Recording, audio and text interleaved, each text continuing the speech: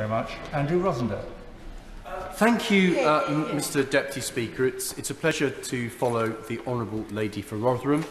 I know how committed she is to animal welfare, and she made some very good points, particularly on animal testing and zoos. But, Mr Deputy Speaker, the bill before us today will make a real difference, I believe, to the lives of animals across our country. It was, of course, Mahatma Gandhi who said that the moral progress of a nation and its greatness can be judged by how it treats its animals. Well, Mr Deputy Speaker, this nation has always been at the forefront of animal welfare, and this government is taking that historic record to new heights. And I am proud to have played a positive role in promoting animal welfare over my time in Parliament.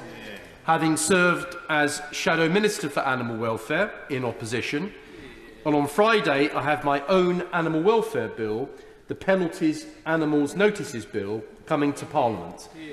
That bill will introduce fines for mid-ranging animal welfare and health offences, preserving criminal prosecution for all cruelty offences.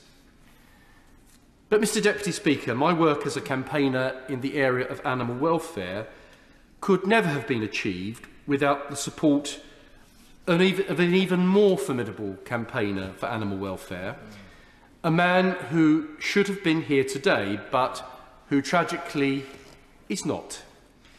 A man who I believe epitomised goodness in every interaction he had, whether with something on 2 legs or 4. My dear friend, our late colleague, the Honourable Member for Southend West, whose passing we mourn so much. But I have to tell the House, Mr Deputy Speaker, that this Thursday is the Westminster Dog of the Year contest. And I have been asked, I've been given the honour to enter Vivian, the French Bulldog of Sir David Amis, in the contest on Thursday, along with my honourable friend, the member for Rayleigh and Wickford. We will be taking Vivian, the French Bulldog, to that contest. And I know I shouldn't lobby members today, but you can vote online. The Kennel Club website, you can vote online to choose your Westminster Dog of the Year. And I hope that friends and colleagues of all sides of the House will consider casting their vote for Vivian, the dog of Sir David Amis, this Thursday. Mr Deputy Speaker, there are 3 areas of the bill that I want to look at today. First is the part on dogs attacking or worrying livestock. I know advocates of responsible dog ownership, as well as our great farming industry, will warmly welcome these proposals, as I do. However, these enhanced provisions will likely lead to more dogs being seized. So, can the Minister therefore reassure this House that provision will be made to ensure that all dogs seized under these measures will receive the highest standards of care and welfare? The second part is the new measures to help tackle the awful crime of puppy smuggling. In particular, the provisions which will allow for bans on the importation of mutilated animals. Anyone with an interest in animal welfare can't have failed to notice the fantastic Flop Not Crop campaign supported by the RSPCA, BVA, Battersea, Foal Group, Blue Cross, Dogs Trust and so many others. And so can the Minister confirm to me that section 46, subsection 2 of the bill will include dogs with cropped ears to guarantee an end to this barbaric practice? Thirdly, I want to turn matters directly relating to Britain's magnificent zoos and aquariums. And I do so as chairman of the Zoos and Aquariums APPG, and having only just received a Zoo Hero Award from the British and Irish Association of Zoos and Aquariums. which I accepted with great pride at Marwell Zoo a few weeks ago. And so, Mr. Deputy Speaker, I am endlessly impressed with the sheer diversity and breadth of the conservation work that good zoos and aquariums undertake throughout the United Kingdom.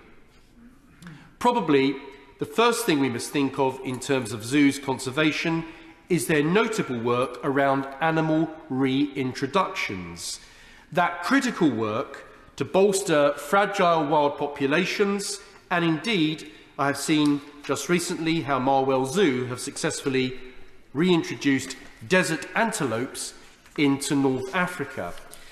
Yet while this is important, zoo and aquarium conservation work extends far beyond reintroductions. For example, I was privileged last year to visit Whipsnade Zoo.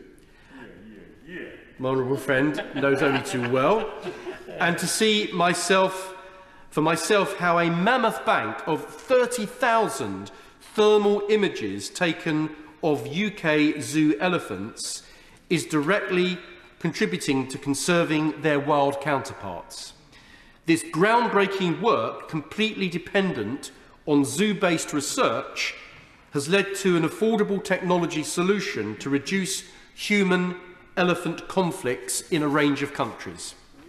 In addition to all of these unique conservation efforts, our zoos and aquariums up and down the country are bringing millions of visitors, over 35 million each year to be exact, closer to nature, most of whom would otherwise not be able to travel to the thousands of miles they would need to see these incredible creatures in their home territories. It is right then that this bill will push many more zoos to scale up their conservation efforts. However, this must be done with diversity in mind. We must avoid falling into the trap of considering conservation only in terms of the amount spent or number of introductions made, measures that only skim the surface of conservation. As this bill will define conservation in secondary legislation, it is important that it is done in a way that truly captures this enormous diversity work of our zoos and aquariums. And so, will my honourable friend, the Secretary of State, therefore commit this House that as we raise our expectations on zoo conservation, this will include the full range of activities that zoos and aquariums offer in this country. But, Mr. Deputy Speaker, that's not the only assurance that we need today. Inherent in this bill is the work of the Zoo Expert Committee, which will advise the Minister and the Secretary of State on the future of zoo-based conservation. But this committee cannot make its options known to the public or to Parliament. Why, when the government is proposing a new Animal Sentience Committee with the ability to publish independent recommendations, is that same ability not being afforded to the Government's Committee on Zoos? Will the Secretary of State consider this, please? Certainly. Commend him for his enthusiasm and energy for this issue. And Belfast City Zoo, of course, which is part of the British and Irish Zoo Federation, he probably is aware that their project that they do in Belfast is for the lemur, which is tied in with Madagascar. So again, when it comes to conservation, it doesn't always have to happen on site. It can happen in partnership with Madagascar, many thousands of miles away. The Honourable Gentleman makes a really good point, which needs to be emphasised strongly by the day, I think, that zoos do incredible conservation work. They are there to ensure the survival of so many species. It's not just a place that tourists go to see animals. This is now an amazing network of zoos that we have in this country that provide conservation and education, working with third world countries to protect animals in the wild and to re-inhabit animals back to where they live. And so this is so important to emphasise that. And I know that Belfast Zoo does amazing work in this area as well. So the zoos do contribute enormously to the work of animal welfare and conservation. That's why it's so important they're included fully in this legislation. Of course, I give way. Thank you. First of all, I'd like to thank my honourable friend both for his award, but also for the incredible, consistent work he does in this area. But secondly, would he agree with me that conservation, in most cases, means actually working with the local people there to both invest in the animals, but also the landscape? And in many places, I'm thinking of Kerala, it really helps tourism. So it's a win-win all the way round. The Honourable Lady is completely correct. Without working with the local people, the indigenous people of those countries, it's not going to work. We need to ensure that the people in those countries are also playing their part by including them in these projects, and our zoos are doing that. That is so important and vital for the sustainability of this. So I thank the Honourable Lady for her remarks. So, Mr Deputy Speaker, if I could now recap, can the Minister please give assurances that conservation will be understood in the broadest senses at zoos and aquariums, and also will government look to make the zoos expert committee more accountable? That is vital. Finally, and I say this with all sincerity, and this is an invitation not only to the Minister but also to all members of this House, to extend an invitation to all members to visit their local zoo or aquarium.